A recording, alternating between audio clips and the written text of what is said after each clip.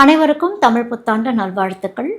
நம்ம ஏப்ரல் 14ஆம் தேதி அப்படின்னு பார்க்கும்போது சித்திரை திருநாள் பராபவ வருடத்துக்கு போகிறோம். பராபவ வருடம் அப்படின்னா என்ன அப்படின்னா, திருத்தங்கள் வரப்போகுது. நம்ம வாழ்க்கையிலும் நிறைய திருத்தங்கள் நம்ம பண்ணணும் அப்படிங்கிற ஒரு விஷயத்தை தான் வந்து பராபவ வருடமாக பார்க்கப்படுது. இந்த பராபவ வருடம் ஜென்ரலாக எப்படி இருக்க போகுது அப்படின்னா, நேச்சுரல் டிசாஸ்டர்ஸ், அதாவது இயற்கை சீற்றங்கள், இயற்கை பேரழிவுகள், மிலிட்ரிஸ் உள்ளே வர்றது, இந்த வார் ஆல்ரெடி நம்மளுக்கு ஒரு இம்பேக்ட் க்ரியேட் பண்ணிகிட்டே இருக்குது அப்படிங்கிற ஒரு விஷயம்லாம் இருக்குது இல்லையா.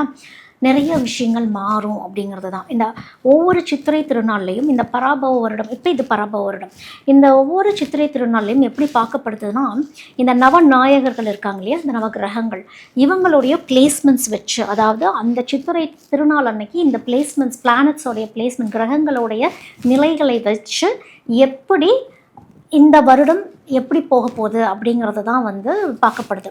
அப்படி பார்க்கும் பொழுது மேஷத்துக்கு சூரியன் வரார் அப்படிங்கிறப்போ, அங்கே செவ்வாய் உச்சம் பெறுது அப்படிங்கிறப்போ, பாலிட்டிக்ஸில் சில மாற்றங்கள் நடக்கும். பாலிட்டிக்ஸில் கொஞ்சம் கவனமாக இருக்கணும்னு ஒன்று இருக்குது. அதே மாதிரி சனி இருக்கக்கூடிய இடம், இந்த இடத்துல வந்து இந்த ராஜா, மந்திரி, சேனாதிபதி இப்படிங்கிற ஒரு விஷயம்லாம் இருக்குது இல்லையா, இந்த மிலிட்ரிங்கிற ஒரு விஷயம் அப்படிங்கிறது சனியாகவே பார்க்கப்படுது. இங்கே புதன் ஒரு வேலையை பார்க்க போகுது. புதன் மறைஞ்சிருந்தும் சில வேலைகளை பார்க்கும், நேருக்கு நேராக இருந்தும் சில வேலைகள் பார்க்குங்கிற ஒரு விஷயம்லாம் இருக்குது. அதோட குருவோடைய அமைப்பு அப்படின்னு பார்க்கும் பொழுது, படிப்பு ரீதியான அந்த எஜுகேஷன் ரீதியான விஷயங்கள் எல்லாமே எக்ஸ்பான்ஷன் அப்படிங்கிற ஒரு விஷயத்துக்கு போக போகுது.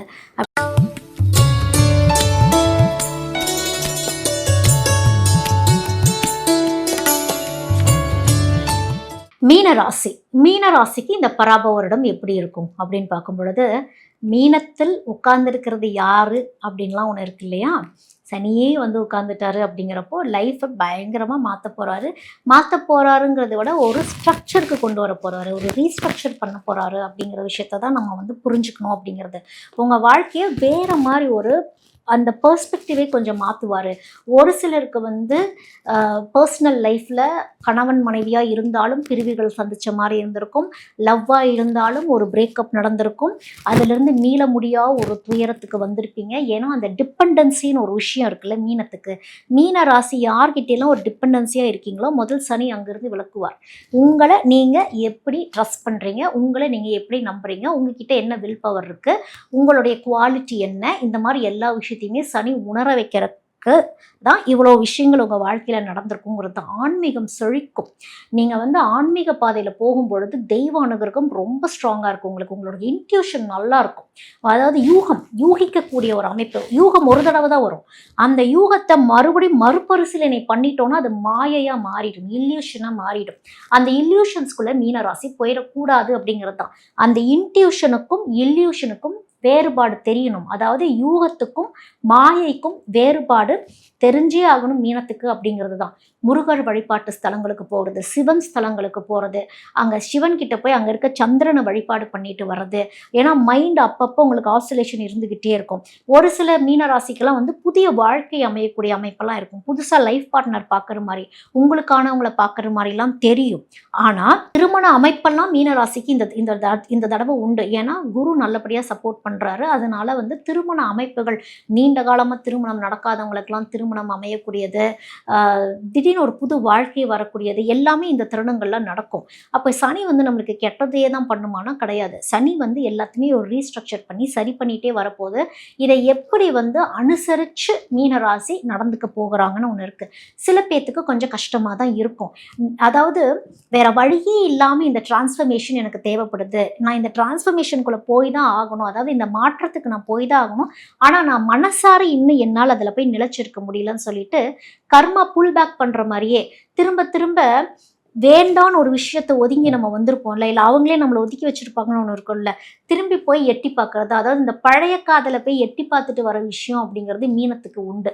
அது செய்யவே கூடாது.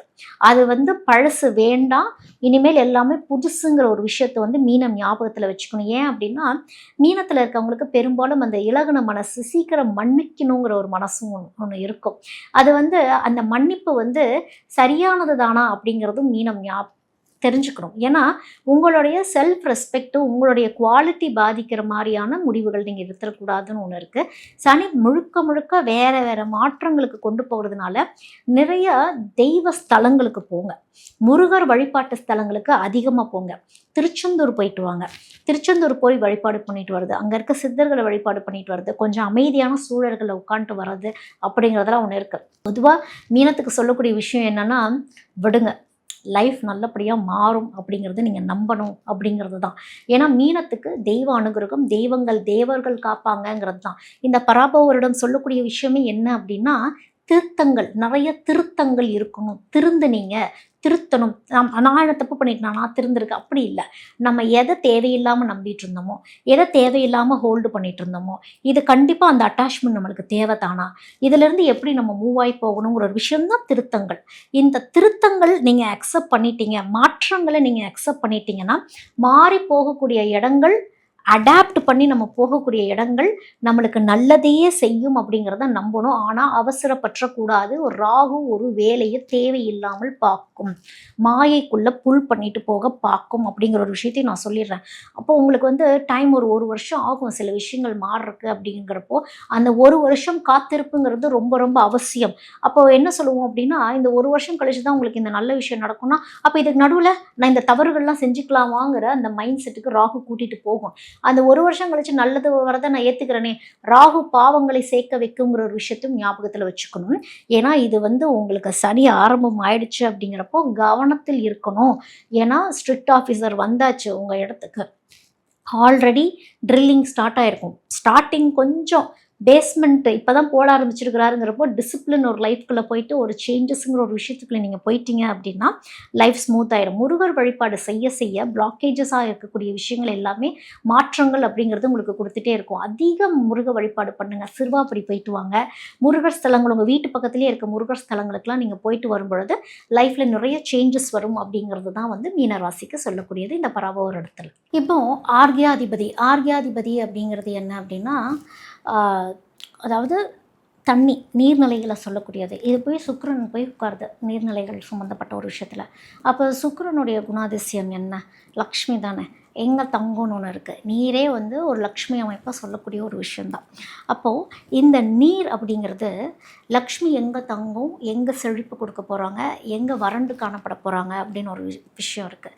அப்போது இது மத்தியம நிலையாகவே இருக்கும், ஓரளவுக்கு மாட்ரேட்டாக இருக்கும் அப்படிங்கிற மாதிரி தான் பார்க்கப்படுது. அடுத்தது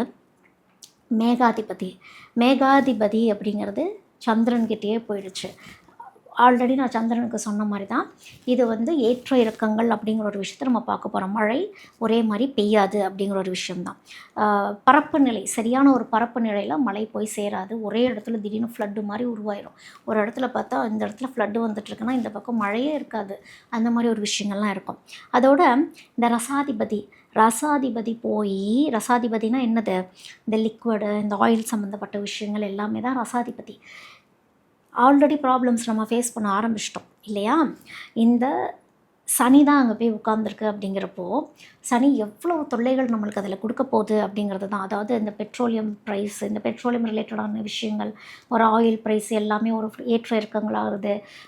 ஒரு நிலையான ஒரு விலை நிர்ணயம் பண்ண முடியாத ஒரு சூழல்கள், பற்றாக்குறை. ஏற்கனவே நம்ம இந்த பற்றாக்குறைகளை உணர ஆரம்பிச்சிட்டோம், கொஞ்சம் ஃபேஸ் பண்ண ஆரம்பிச்சிட்டோம் லைட்டாக. ஸோ இந்த மாதிரி விஷயங்கள்லாம் சனி சிக்கனங்கிற ஒரு விஷயத்த நம்மளுக்கு சொல்ல போகுது அப்படிங்கிறது தான். ஜாக்கிரதையாக இருக்கணுங்கிற ஒரு விஷயத்த சொல்ல போகுதுங்கிறது தான். அடுத்தது இந்த நீரசாதிபதி அப்படின்னு சொல்கிறோம். அதாவது அடுத்தது நீரசாதிபதின்னு சொல்கிறோம். நீரசாதிபதிங்கிறது புதன் போய் உட்காந்துருது. புதன் போய் நீரசாதிபதியில் உட்காந்துருச்சு அப்படின்னாலே இந்த மினரல்ஸ், களிமண், இந்த களிமப் பொருட்கள் அப்படின்னு நம்ம சொல்கிறோம் இல்லையா, இந்த மாதிரி விஷயங்கள் சம்மந்தப்பட்டதுங்கிறப்போ இது அகெயின் ஒரு வணிகம் மாதிரி தான் இது உருவாகும்.